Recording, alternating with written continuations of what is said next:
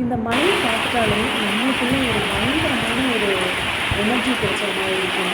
அது எப்படி சொல்கிறது, கூஸ் பம்ப் அப்படின்னு சொல்லுவாங்க இல்லையா இப்போ ரீசெண்ட் டைமில். ஸோ அந்த மாதிரி தான் மழையை பார்த்தா நம்மளுக்கு அதோட அந்த நிறைய விஷயங்கள் நம்மளுக்கு சின்ன வயசில் நடந்தது எல்லாமே ஞாபகம் வரும். அண்ட் எஸ்பெஷலி மழைனாலே நம்மளுக்கு பஜ்ஜி, போண்டா, சுண்டல் இந்த மாதிரி தானே. சின்ன வயசில் நமக்கு அம்மா செஞ்சு கொடுப்பாங்க. பட் நம்மளுக்கு இப்போ யார் செஞ்சு கொடுப்பாங்க? நம்மளுக்கு நம்மளே தான் செஞ்சு சாப்பிட்டுக்கணும்.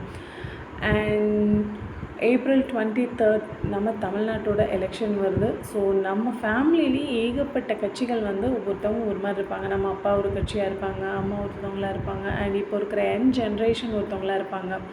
டிஎம்கே, ஏடிஎம்கே, என்டிகே, டிவிகே எதுவாக வேணாலும் இருக்கட்டும். நீங்கள் யாருக்கு வேணாலும் ஓட்டு போடுங்க.